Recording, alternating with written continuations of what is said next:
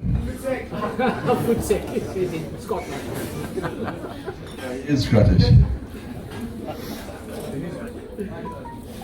There's the gents behind you. It's not ideal to give that to us.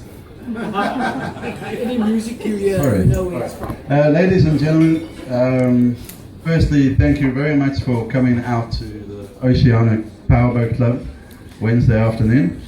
I know the forecast for the next few days is a bit dodgy, but we've been blessed to have such a wonderful day yesterday while we were assembling the boat, and today for hosting the launch of the SML 1200. There are a few thank yous I'd like to say first. One is a big thank you to a good friend of mine, Jeff O'Connell, the owner of Legacy Yachts and T-Craft in Port Elizabeth, and it's his facility that's been doing all the manufacturing of these wonderful vessels. The T-Craft name itself is famous off the East Coast many years ago, all the way back to the 90s with Peter Tinker. And Jeff is continuing that legacy. Thanks for your support, Jeff.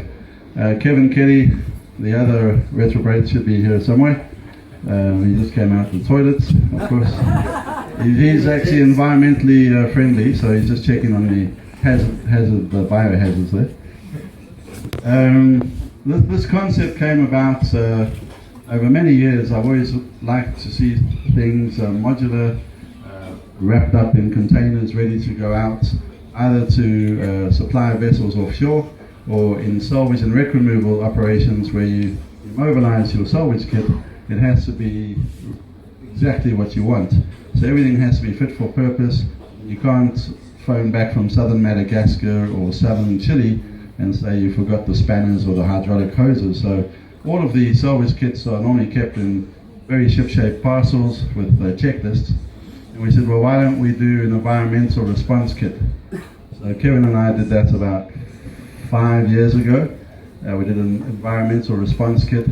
I think we had a little bit of interest from the industry. We had some up in Mozambique and Namibia. And then, of course, once we got involved with Jeff and the team from Legacy, we said, well, what they are making, we could actually go and take it one step further into a workboat that would be suitable for a broad section of the maritime industry. So not just the salvage and wreck removal industry, but aquaculture, marine civil works. There's some